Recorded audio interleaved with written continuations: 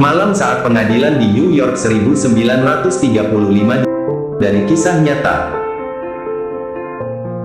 Pada malam yang dingin di bulan Januari tahun 1935, suatu pengadilan dilaksanakan di kota New York City.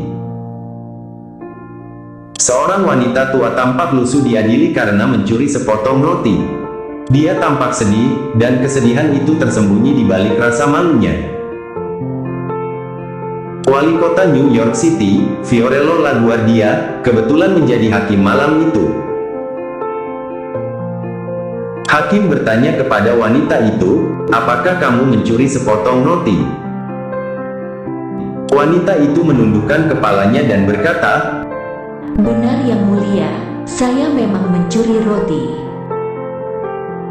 Hakim kemudian bertanya, "Apa motif Anda mencuri roti?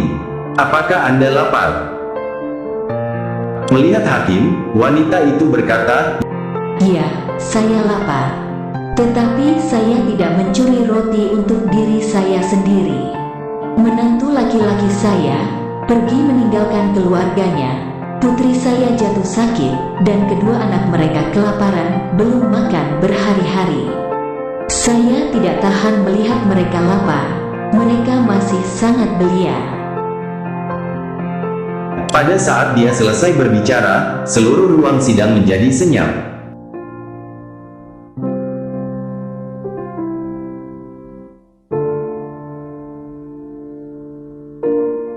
Hakim berkata kepadanya, "Setiap manusia sederajat di hadapan hukum. Karena Anda mencuri roti, Anda dapat memilih membayar denda $10 atau masuk penjara 10 hari. "Pak Hakim, saya bersedia dihukum atas apa yang telah saya perbuat. Tapi dengan segala hormat, jika saya punya $10, saya tidak akan mencuri rotinya. Saya bersedia masuk penjara. Tetapi konsen saya, siapa yang akan merawat anak dan cucu saya selama saya masuk dalam penjara?" Pak Hakim diam sejenak, dan memutar balik kursinya. Ia merogoh saku dan mengambil uang $10, mengangkatnya agar terlihat oleh sidang. Dia menoleh ke semua orang di ruang sidang dan menyatakan, "Selain itu, saya menagih setiap orang dalam sidang ini 50 sen sebagai penalti atas ketidakpedulian dan ketidakpekaan dalam komunitas ini." Kemudian, layaknya jurusita, ia mengumpulkan uang mereka dan memberikannya kepada terdakwa. Masing-masing 50 sen datang dari pemilik toko kelontong tempat wanita itu mencuri roti, serta dari selusin terdakwa lain yang menunggu persidangan, dan beberapa petugas polisi. Wanita tua ini tidak harus mencuri roti untuk memberi makan keluarganya. Mereka semua merasa terhormat untuk menyumbang 50 sen, dan berdiri untuk menyambut hangat putusan tersebut.